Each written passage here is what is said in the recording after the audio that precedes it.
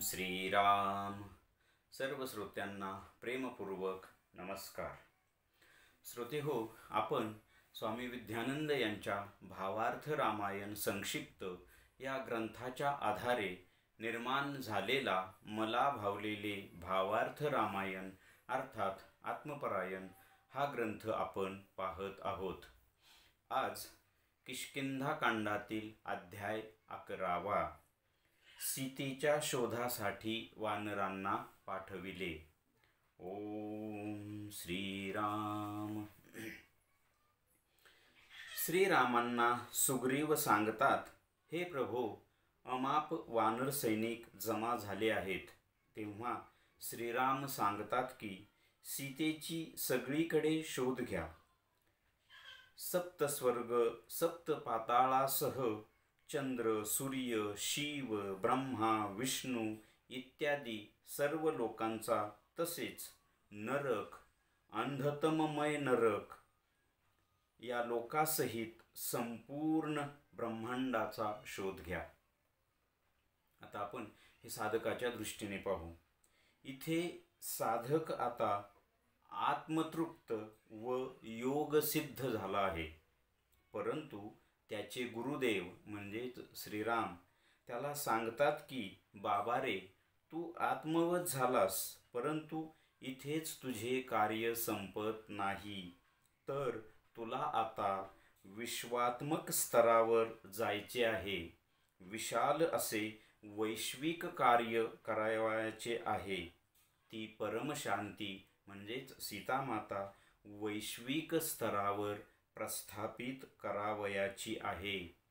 त्याकरिता तुला आता खूप मोठी झेप घ्यायची आहे व या संपूर्ण वैश्विक स्तराचे शुद्धीकरण म्हणजेच शोध करावयाचे आहे. यामध्ये अतिचेतन म्हणजे ऊर्ध्वलोक म्हणजे स्वर्ग, मह, जन, तप, सत्य हे लोक, चेतन म्हणजे पृथ्वी, अवचेतन म्हणजे सप्तपाताळ आणि अचेतन म्हणजे नरक, अंधतममय नरक या सर्वासहित संपूर्ण विश्वाचे शुद्धीकरण अपेक्षित आहे. आता ही शुद्धीकरण म्हणजेच शोध प्रक्रिया साधकाच्या देहाच्या बाबतीत जशी असते तशीच वैश्विक देहाबाबतीतही असते, म्हणजे जे पिंडी ते ब्रह्मांडी. फरक फक्त दृष्टिकोनाचा, सामर्थ्याचा व वेळेचा असतो. म्हणजे स्वतःच्या देहाबाबतचा दृष्टिकोन हा फक्त स्वतःपुरता असतो व सामर्थ्यही किंवा शक्तीही फक्त स्वतःच्या देहाच्या शुद्धीकरणापुरती अपेक्षित असते.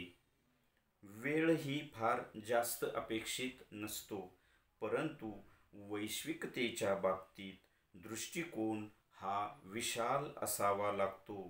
तसेच सामर्थ्य किंवा शक्ती ही अफाट असावी लागते. वेळ तर खूप खूप जास्त द्यावा लागतो.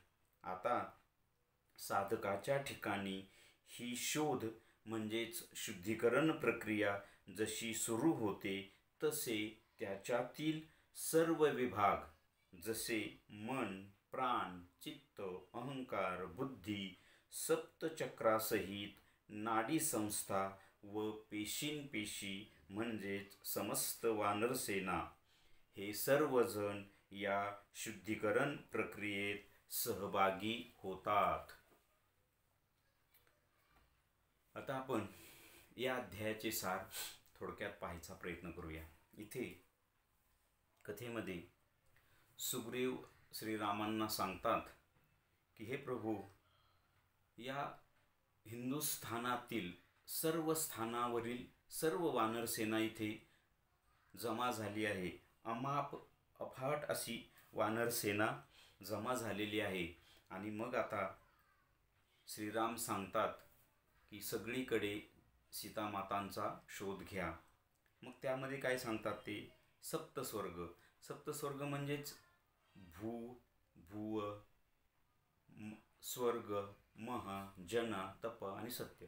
हे सप्तस्वर्ग, चंद्रलोक, सूर्यलोक, शिवलोक, ब्रह्मलोक, विष्णुलोक या सर्व लोकांचा, तसेच नरकलोक, अंधतमय नरकलोक, पाताळलोक या सगळ्यांचा शोध घ्या. कोणासाठी? सीतामातांसाठी. आता ही रामकथा झाली. हीच साधकाच्या दृष्टीने कशी? तर साधक इथे स्वात्मतृप्त झालाय, त्याला स्वतःच्या अंतरात्म्याचा साक्षात्कार झालाय, त्याला योगसिद्धी प्राप्त झालेली आहे. एका दृष्टीने पाहिलं तर तो आता जन्ममृत्यूच्या फेऱ्यातून सुटलेला आहे, त्याला मोक्ष मिळालेला आहे सोप्या भाषेत.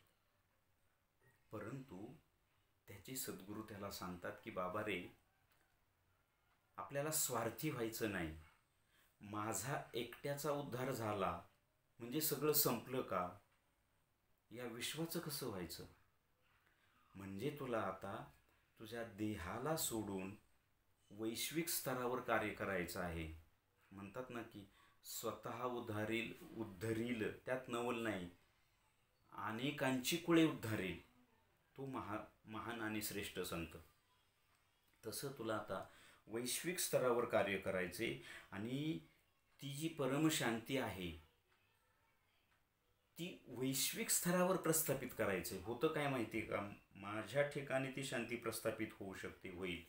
मला आत्मसाक्षात्कार होऊ शकतो, होईल. माझा उद्धार होईल, मला मोक्ष मिळेल. परंतु तो संकुचितपणा झाला ना. म्हणजे पहा, माझ्या जीवाला मोक्ष मिळतो, माझा जीव आत्म्याशी एकरूप होऊन जातो.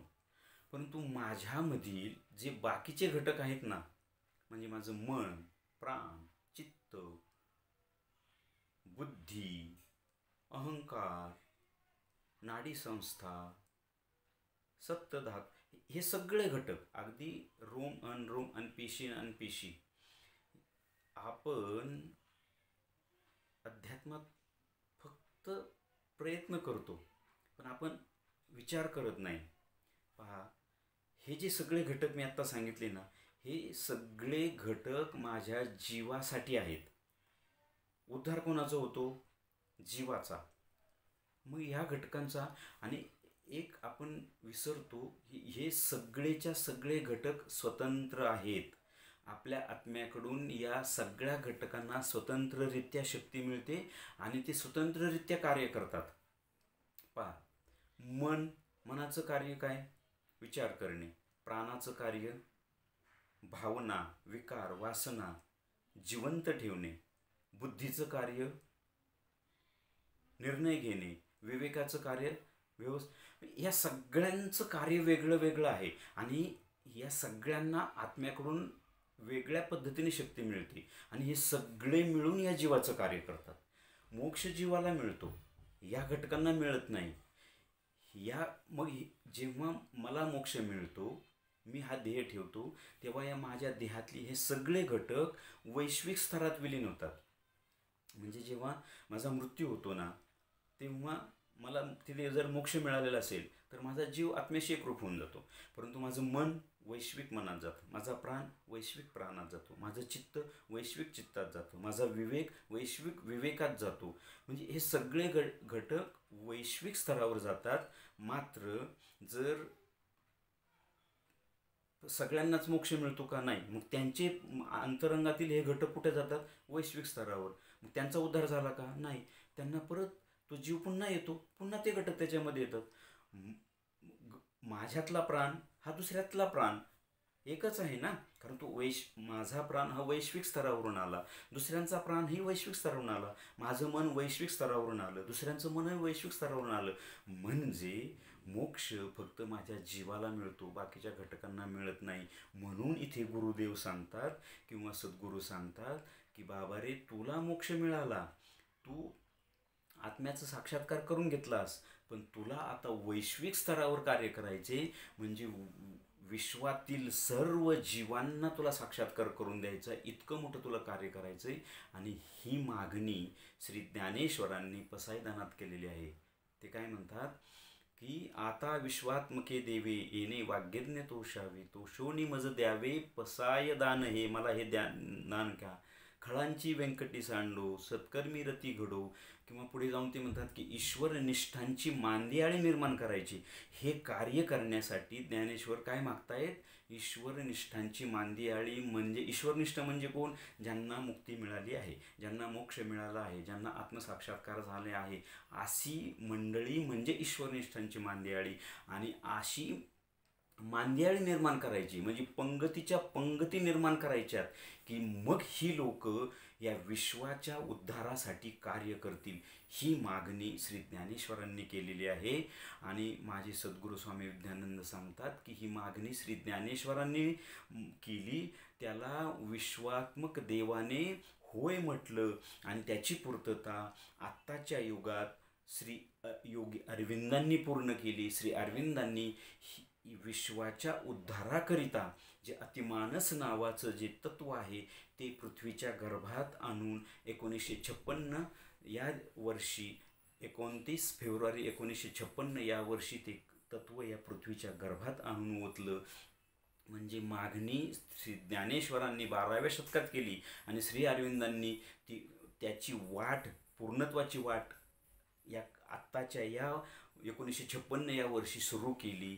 म्हणून माझे सद्गुरू सांगतात की श्री अरविंद हे आधुनिक ज्ञानेश्वर आहेत. अर्थात हा त्यांचा स्वतःचा वैयक्तिक अनुभव आहे, परंतु श्री अरविंदांनी ही वाटचाल सुरू केलेली आहे विश्वाच्या उद्धाराची, आणि त्यामध्ये आपल्या प्रत्येक साधकाला सहभागी व्हायचं आहे. आणि इथे गुरुदेव मग तेच सांगतात की आपल्याला वैश्विक स्तरावर, इथे कथामध्ये सीतेचा शोध वैश्विक स्तरावर घ्यायला सांगितलं आहे, मात्र साधकाच्या दृष्टीने वैश्विक स्तराचं शुद्धीकरण करायचं, म्हणजे विश्वाचा उद्धार होईल. आणि मग प्रत्येकजण काय म्हणेल की हे विश्वची माझे घर, ऐशी मती जयाची स्थिर, अशी प्रत्येकाची अवस्था होईल.